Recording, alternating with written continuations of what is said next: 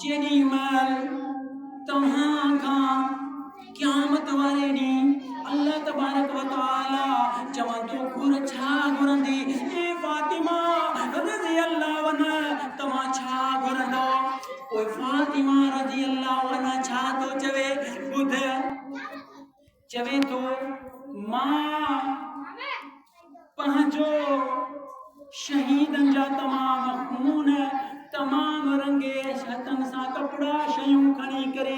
पंहिंजे रब करीम जे बारगाह में हाज़िर थी अर्ज़ कंदुसि या अल्लाह ओ मुंहिंजा परवरदिगार इहो सभु तुंहिंजे बारगाह में मां पेश करे रहियो आहियां मुंहिंजा रब करीम तूं करम फरमा बख्शिश फरमा कंहिं जो हिन उम्मत जो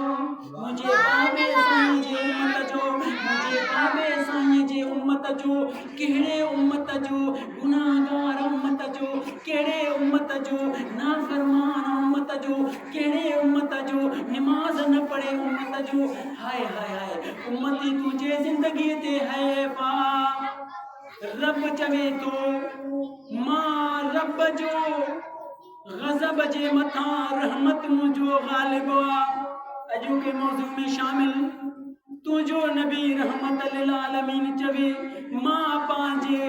उन गुनाहगार उम्मतिन जो मुशफ़ात कंदुसि अजो के मौजू में शामिल मुझे तुझे सोने नबी हजरत मोहम्मद मुस्तफ़ा सल्लल्लाहु अलैहि वसल्लम जो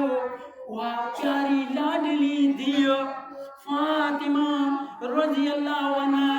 इहा भी चवे क़यामत जे ॾींहुं जेॾी महिल मां पंहिंजे रब जे साम्हूं हाज़िर थींदुसि रब चवंदो घुर मुंहिंजा फातिमा तोखे छा अदा कयां मां फातिमा चवंदुसि मुंहिंजे महबूब बाबे साईं जे उम्मत खे माफ़ कर बख़्शिश फरमा इहा उम्मत तूं ऐं मां आहियूं असां में कहिड़े शइ जी कमी आहे असां में कहिड़े शइ जी कमी आहे चोरी असां फराड असां बनबरी असां शराब खोरी असां जुआ खोरी असां अलाए कहिड़ा कहिड़ा ख़ताऊं अलाए कहिड़ा कहिड़ा गुनाहूं असां करे रहिया आहियूं शाम जो टाइम हूंदो आहे मां इन रोड सां लंघंदो आहियां पंहिंजे इन